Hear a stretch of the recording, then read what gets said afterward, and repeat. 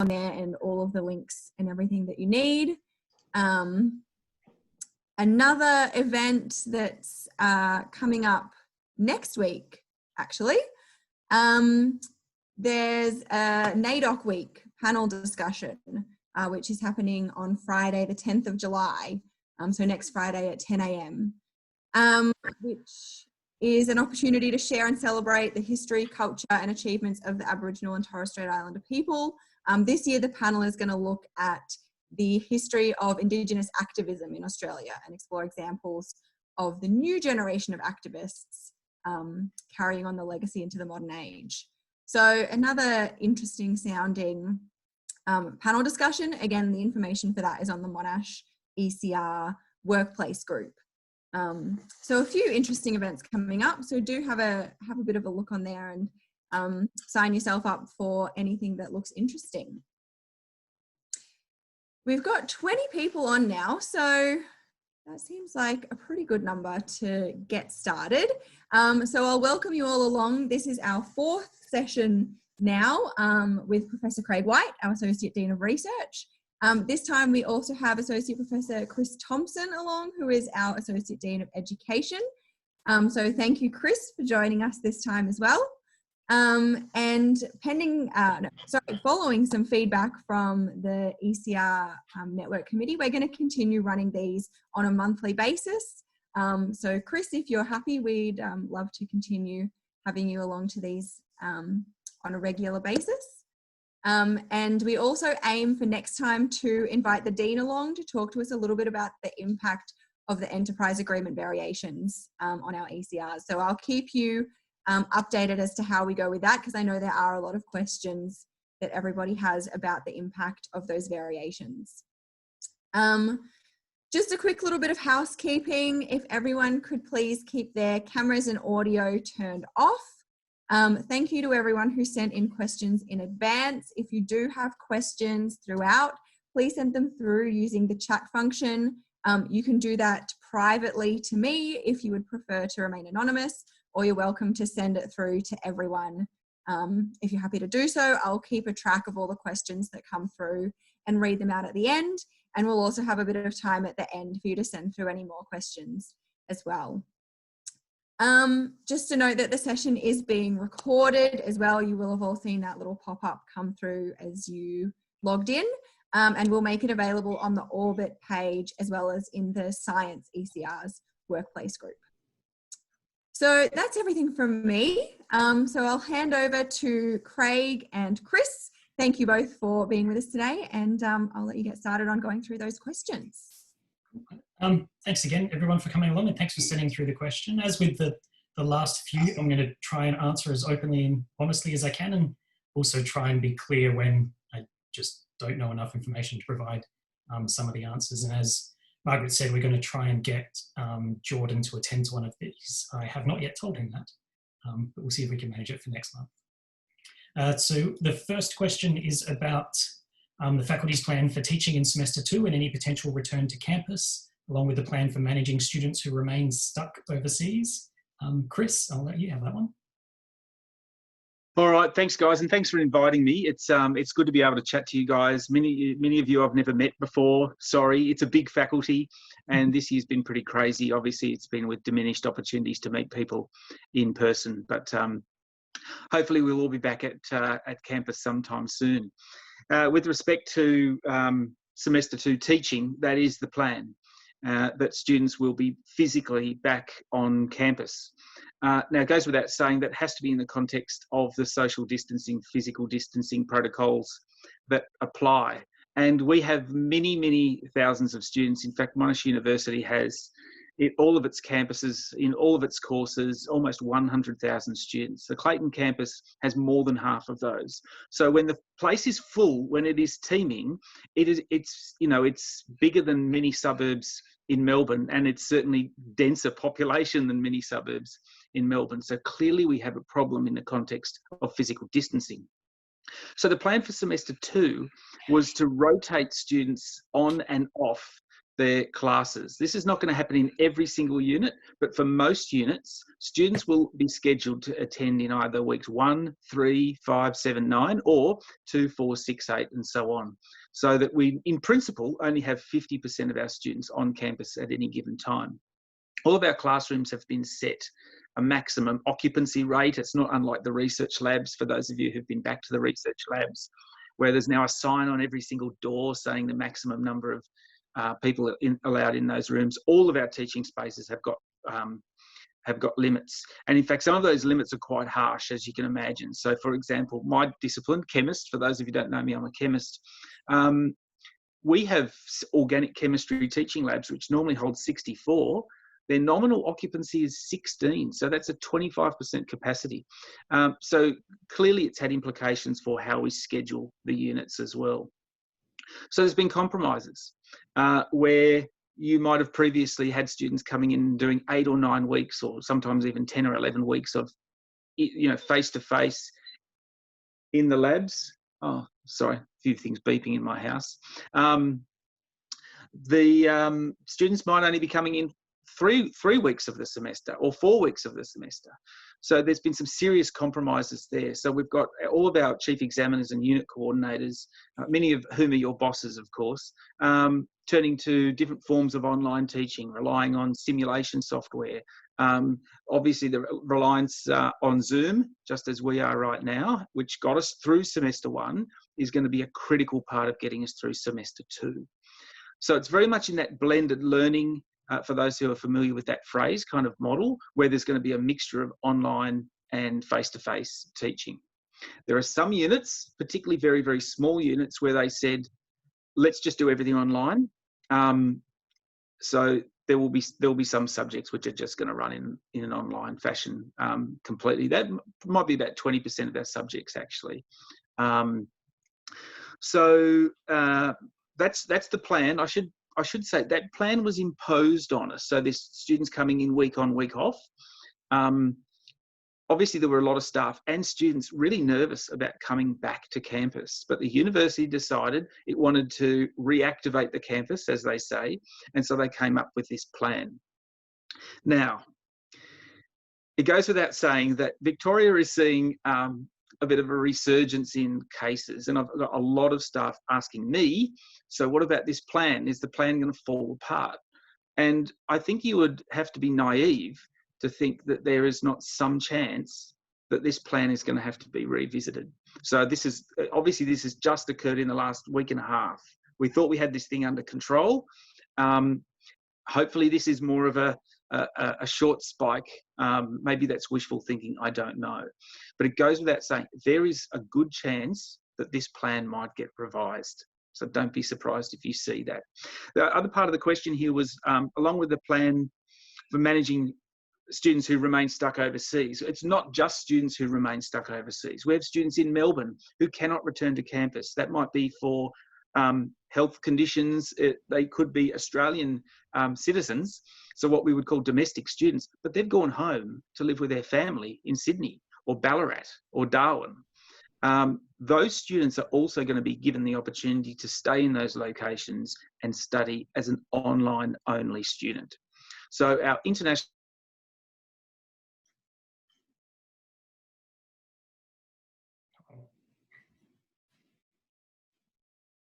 we seem to have lost Chris there. He was telling me that he was having some issues with power at his house when I first got on with him. Question by saying, sorry, Craig. You stopped, or I stopped. Oh, am I back? Yeah, I'll just wrap this one up by saying that everything I've just described requires an enormous effort by staff. They have to teach both face-to-face and online. This is a huge workload. And so our people are scrambling right now to prepare for semester 2. So it's great that we're talking about this, because I know that in all of the 5 schools, there's real interest in potentially, if ECRs want to be involved in education, there's absolutely no obligation, but we would welcome it.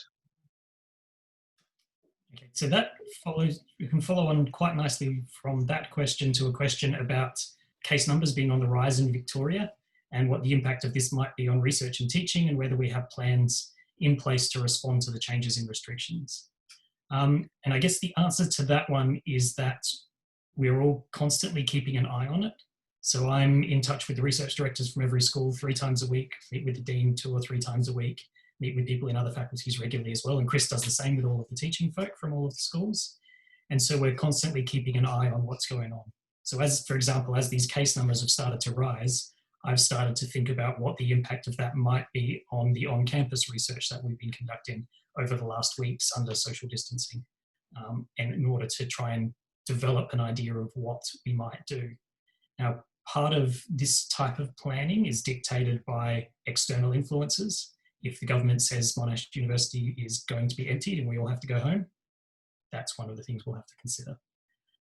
But I guess at the moment, we're planning for, in the research side, we're planning to try and maintain the sort of activity that we currently have on campus. What we have learnt through the period up until now is what we can do in the labs, how we can socially distance, how we can get people in and out safely, how we can minimise contacts among individuals. So we have a much better idea about what's possible on campus now than we did when we first all left campus before we came back.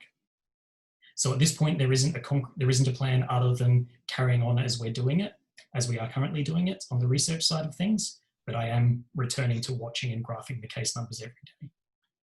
Chris, I don't know if you've got anything to add about teaching? Oh, look, it's as simple as this. If things really go pear-shaped, if these numbers keep climbing, we will be back to 100% online delivery. It's as simple as that. That's what we got through semester 1 on a 100% online model. It was difficult, but we've done it once before, so we now know we can do it again if necessary. Okay. And there was also a related question in the current situation about the appearance of hotspots and additional lockdowns in certain suburbs, and advice for people who live in those suburbs to minimise risk, or how people who manage people living in those suburbs might manage the risk. So I'll start to answer that question. I'll start with the government advice, which is in those hot zone postcodes. There are 4 reasons to go out: shopping for food and supplies, care and caregiving, exercise, and study or work. So folk who do live in those hot zone suburbs are permitted to go to work if that work can't be done from home. So if people are undertaking research on campus and they live in a hot zone, the government permission does allow them to continue to go to work to do that. But what I would suggest for those who are in those roles and for those who are managing people in those roles is to talk with either your line manager or your staff about the best way to deal with this. Because an important clause in that is if it can't be done from home. So I would have a discussion with people in my team about whether we could do some kind of work rearrangement in order to have people in the hot zones perhaps shifting their duties so that they are able to undertake work from home, both so that they're not travelling around and exposing the broader community to an increased risk of transmission, but also to just reduce that risk of someone with an unknown infection coming onto campus. So I think in terms of the way to manage that situation, it's to talk with your line manager or your staff about what's possible.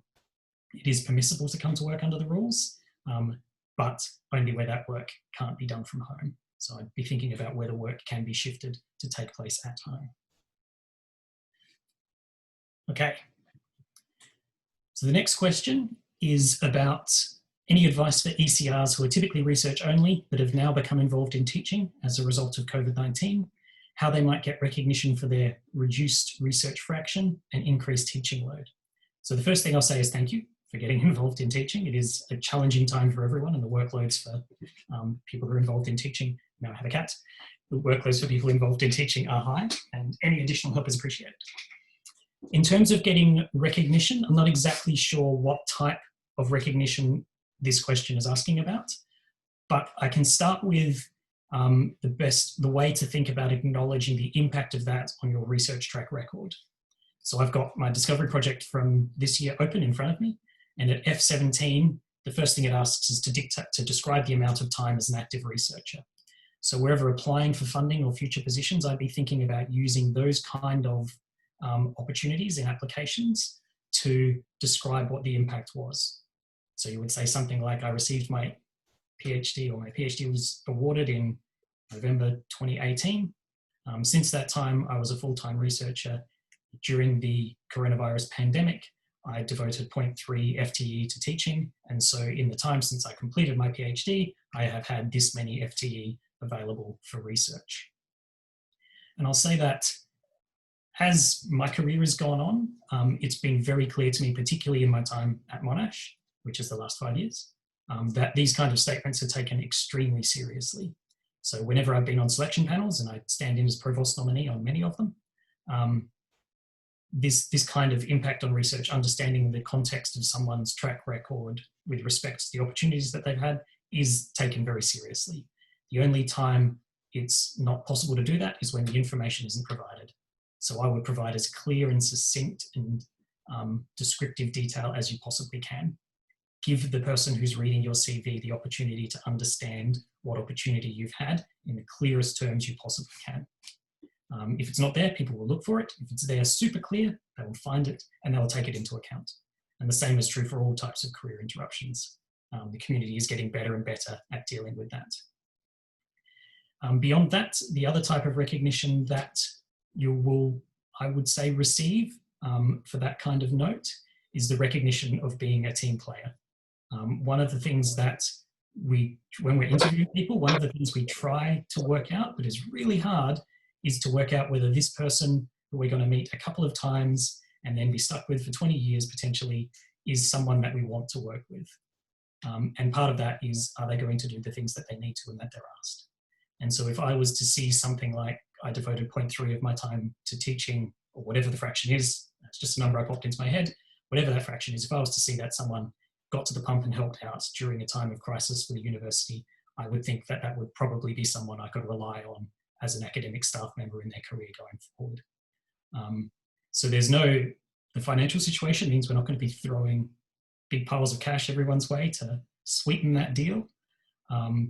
But you can account for the opportunity cost of not being able to devote all of your time to research, and you can demonstrate to a selection panel that you're willing to help out when help is needed.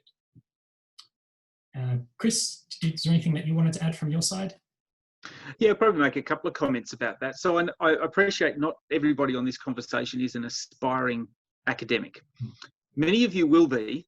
And so for me, it's, okay, you're an aspiring academic. Why wouldn't you want to be involved in teaching?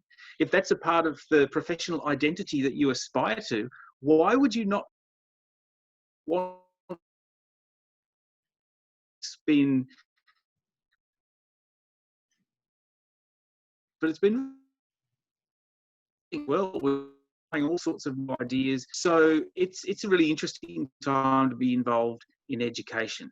Now, we all know it can't be a time sink for you guys. If you're gonna do it, you really have to put some boundaries around it. It's only going to take up, 2 hours of my week for a fixed period of 6 weeks or whatever it is. And I really urge you to make sure you protect those boundaries. Yes, we would love your help, but that doesn't mean it comes at the cost of your research, because we know that that next position that you're going to be applying for, whether it's in industry or it stays in academia, you're going to have a fantastic research track record and great looking outputs. But I also put it to you that if that next job you're applying for is a level B lecturer, trust me, you are going to have to demonstrate that you have aptitude for teaching, that you understand student learning, that you are up to date with modern pedagogy and methods that we use in best practice education in 2020. So this is a great opportunity for you to upskill, and that goes on your CV when you are applying for that next job. And it might even be, even if your next job is in industry or it's another postdoc, still being able to demonstrate that you've taken some teaching under your belt, it can only be a plus. It can only be a plus. So that would be my overarching statement. Chris. The next question is concerns from ECRs on fixed-term contracts about contract renewal in light of COVID-19 and the enterprise agreement changes under the new framework. And can we speak to the steps the university and faculty is taking to preserve the ECR workforce?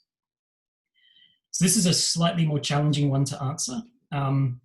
I guess when we look at the comments that Margaret Gardner has made when she's addressed staff about this, we know that there are going to be redundancies coming, and so Monash is going to be a little bit smaller as a result of that. That's an inevitable consequence of the downturn that we're currently experiencing. But what hasn't changed in my experience through this period is Monash's ambition. And so the idea is not that we throw all of our talented researchers over the side because we have some financial challenges lately. So in terms of the steps to preserve the ECR workforce, it's like within the constraints that we have in terms of budget, and I'll talk to them a little bit more about maybe in the next question. The intention is that we maintain positions wherever we possibly can. So we're going to continue to try and support ECRs as much as we can. So we've had to cancel almost all of the funding schemes that we have run by the faculty. The ones that we're preserving is the ECR support schemes. So we're going to try and continue, well, we are going to continue that. And we're going to look at the development of some career development opportunities for ECRs as well, to try and assist people develop their CVs, develop their experience, and do what's possible through this period to help you find whatever position it is next.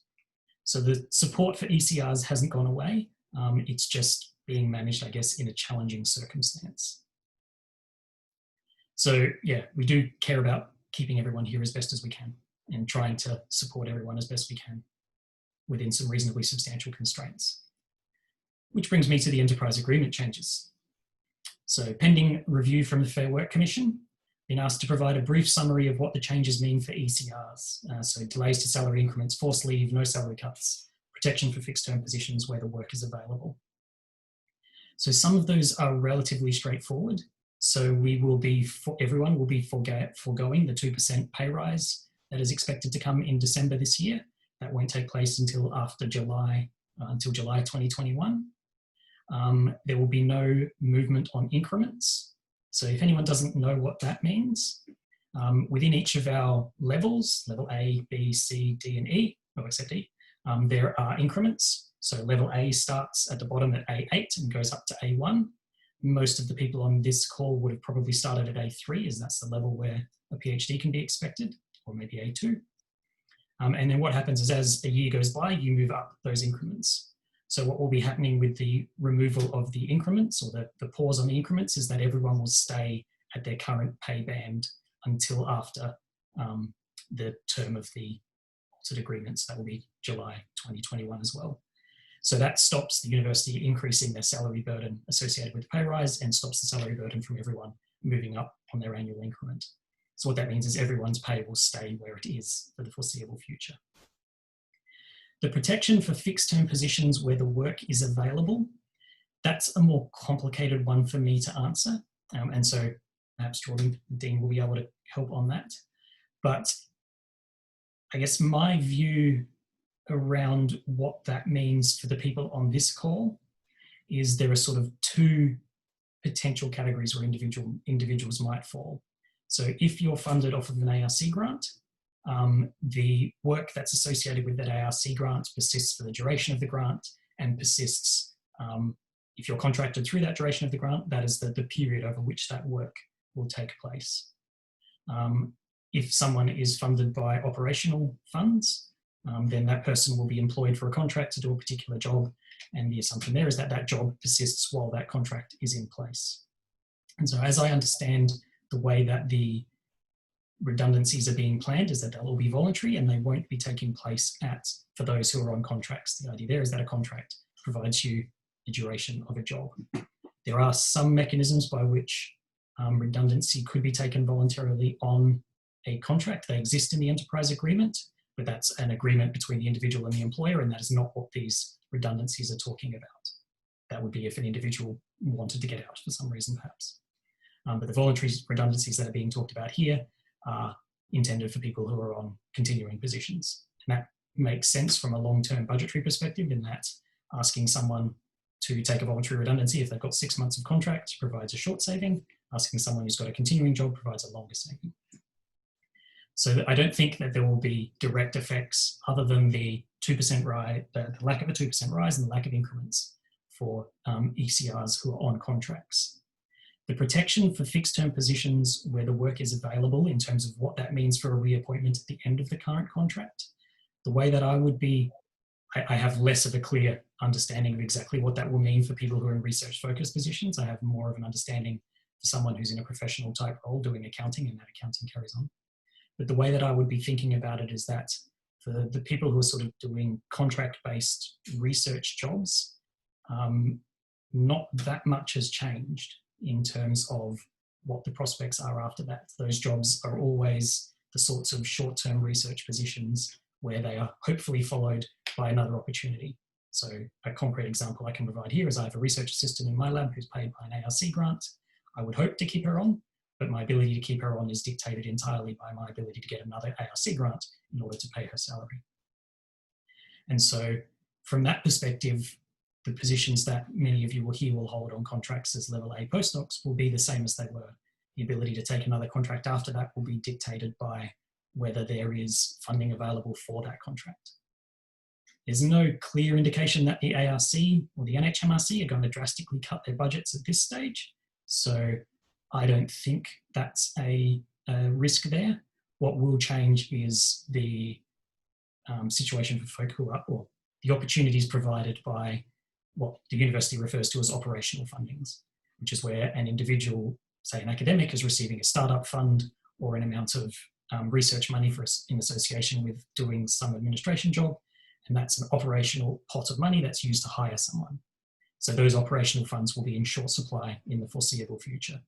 So the agency funded positions, I imagine, will carry on largely as they have, but there may be less large pots of cash splashing about within the university for operationally funded postdocs. What I don't currently understand is what proportion of the postdoctoral and contract community at doing research at Monash is actually on operational funds. So it's not clear to me exactly how big that impact will be. But I would be thinking about it in your position as the situation, as much as it's always been, perform as well as you're able to, do the best quality research you can, and keep an eye out for the next jobs. There are still grants coming through, there are still contracts coming through with industry that are providing funds, and there are still positions being advertised. So I appreciate that's not possibly the down dirty in the detail answer that people were hoping, but I think it's probably the thing that's most relevant to bear in mind. With the exception of the pay increments and 2% pay rise, it's carrying on as best you can in order to build your CV and hopefully get the next position. Okay. So the seventh question, so I think Chris might be going off to deal with his power issues. The seventh question is, what are the implications for job losses arising from the changes in the enterprise agreement? And will all faculties and schools be impacted equally? I actually don't know the answer to this one, and I'm not sure if anyone does. If they do, it's not reached down to my level yet. What I would anticipate, or I guess if I was to try and read the tea leaves and have some kind of guess about what it might be, is that we've taken a one Monash approach to dealing with the challenges that we've had so far, in that not all of the faculties were impacted by downturns in international enrolments equally, but all of the university bore the impacts of that. And that's a reasonable thing for the university to have done, because we also enjoyed the rewards of that prior to the downturn taking place. So I don't know how many of the voluntary redundancies will flow through to schools and faculties, to schools in science. And that's largely because we don't know exactly what shape those are going to take at this point. I don't know if Chris has heard anything other than that, but at the moment, I am completely blind to what that process will be. Yeah. Haven't heard anything. No, I think they're being quite understandably cautious about providing those kind of details until they have all of the approvals in place to discuss it. Next question is how universities will consider renewing contracts that are coming to an end. I anticipate that that will carry on in the same way that it has. There'll be a case-by-case decision about the availability of funds and the availability of work in order to carry on that type of research. More challenging to make a case for a position that is funded to do research that can't take place at this point in time because of various restrictions, for example. Whereas a off-campus, a position that can be done safely at home and that can fully execute the requirements of the position, that's a more easy case to make, particularly if it's funded externally. The challenge that we have is meeting the expenditure limits that we are currently under through this period, in that any funds that go out to support a new position are funds that can't be used to support an existing one.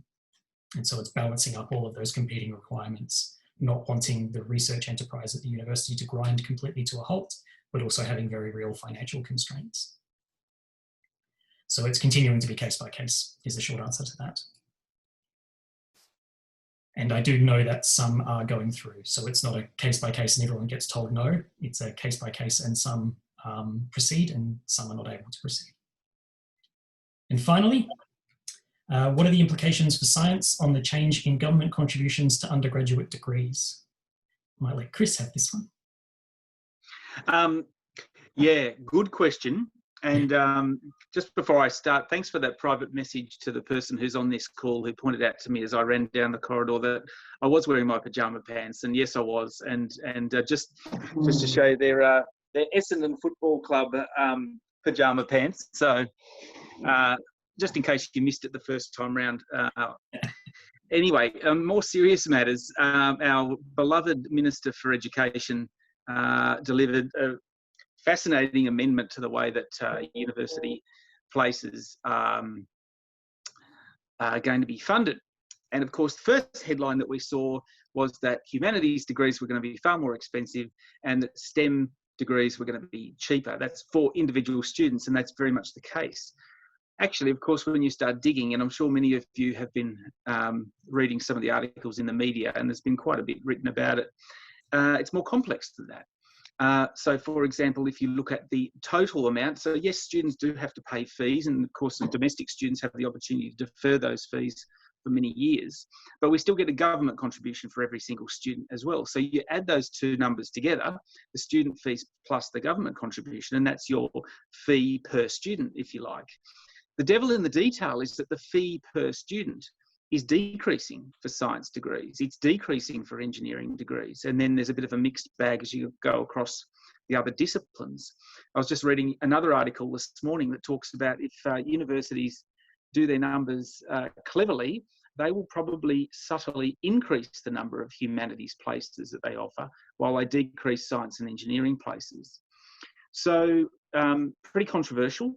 Has not passed our Houses of Parliament just yet, so it's not official. And if the crossbench have anything to say about it, Labor has had a lot to say about it. Of course, they're about to lose the Eden Monaro by-election, so they may not have much power in the situation. So if the crossbenchers block it, then maybe we'll see some adjustment. But I guess the best way to summarise the situation is that universities are going to be getting less funding per student across the board. So it means we've got an even slimmer budget to deliver our program. Many of you who are already involved in our teaching have probably heard we've had to cut the number of casual and sessional staff that we use to support our teaching. That's not going to get better under this plan. So, sorry, that's not really a good headline to share with you guys, but I think it's you've asked the question, and as we're coming to understand the policy, that's how it looks. So, first impression, we might see a whole bunch more students doing science and mathematics. Probably not going to happen. Is it going to help our budget bottom line? Probably not going to happen. Yep. Okay, that is the end of the in advance questions. If anyone has any questions, you can either send them through Margaret, or if Margaret's got any, we will try and answer. Yeah, so there is one that's come through the chat already. This one is whether either of you expect there to be any continuing positions across the sector in the foreseeable future, or whether sort of postdoc fixed term positions are likely to be the only option for ECRs who are hoping to continue in academia at this stage. I don't expect that continuing positions will dry up completely. There will be a bit more caution in this short period right now, and the university's rules about, so our university, the rules about, if I can scroll through to it, where external appointments are currently, for the duration of the enterprise agreement, will be limited to professorial staff, an external grant that identifies an individual, or a job that requires skills or attributes not available within the existing workforce. So if those sorts of restrictions are played out across the entire sector, that bit of skills or attributes not available within the existing workforce is the way that new staff will be brought on. If a university is putting up a degree or is needing to fill some kind of teaching or research gap and they don't have staff who can do it, these kind of things will allow them to hire those staff. So I think there will still be some, but this next short couple of months, I think, will be the period where no one's quite sure if they're going to pull the trigger. It's going to depend how different universities are affected. When I talk to my friends at UQ, it's kind of business as usual up there. It's not the same as the impact we have. Chris, did you have anything to add to that? Oh, not particularly. I mean, I think if you think about the way that Australian universities operate, where, you know, for the last few years, there's been a real focus on our ranking, both as a university and the faculty. You know, I know under Craig's work that he's really looking to pitch our faculty as, you know, one of the top 50 faculties in the world in terms of you don't by sacking stuff, you're there by not appointing, you know, cracking research. So yeah, we're in a really tough time in 2020. There's no doubt about that. As soon as the landscape improves, you can be sure that our faculty is going to be trying to hire that next generation of research. It's right now what I know to our usual hiring practices. Sorry, we lost you for a little bit there, but I think we caught everything that that you said. So yeah, it sounds like not in the immediate future, but there will still be places available here and there, and over the coming years, they might possibly increase. Yeah, it doesn't, it's sort of the framing is that it doesn't benefit the university to not hire people that they need when they need them. We don't get out of this by stopping research or teaching and just shutting off the doors. Yeah. Were there any other questions that anyone had? Please feel free to send them through the chat. It's been fairly quiet from everyone. It sounds like you've both done an excellent job of answering all the questions with no further issues. I guess what I will add then, is if I can just do a little bit of a plug, is as I said earlier, we are mad keen to support ECRs as best we can through this time. I mean, we're not going to be handing out flights to go to places to skill up that way. But if anyone does have creative ways that we can help you build your career through this time, if we can help to support you, I'm very happy to make those happen. So you can either feed them back through Margaret, you're welcome to get in touch with me, and I've asked the research directors in all the schools the same question. I'd really like to do what I can to help everyone through this period. Great. Yeah, so if anybody does have ideas, please let us know. I'm happy to pass things through to Craig, or as Craig always says, you can contact him directly by email as well. Can I just make a sort of a final comment about the ECRs who are interested in being involved in our education program? You know, I think it would be really unfair to expect staff to support our program without professional development opportunities and upskilling. There's a lot going on. So we have stuff that's happening within the faculty, and there is stuff that's coming out of the central part of the university. So they're running workshops all the time. How to use Moodle, how do you use the Lightboard, how do you do video editing for education? There's lots of short, sharp workshop style opportunities for PD. Margaret, I can start sharing those with you if you're the right person, so that you can promote those opportunities throughout the network. Yeah, that would be great, because otherwise we don't usually necessarily get included on those. So yeah, that would be. I'll make sure that happens. Great, thanks, Chris. Well, it seems like there are no more questions coming through from anyone, so we might call it there. Thank you, Craig and Chris, for your time today. As always, it is extremely beneficial, even if, you know, the answers aren't always extremely positive. Even just to know what's going on and to have that communication is very reassuring from everyone, I'm sure. So thank you very much. Enjoy your rainy Friday afternoons. It looks like it's going to be a bit of a rainy weekend as well, but that's all right. Just stay inside and stay warm. And yes, thank you all for joining us. We'll see you next time. Thanks, everyone.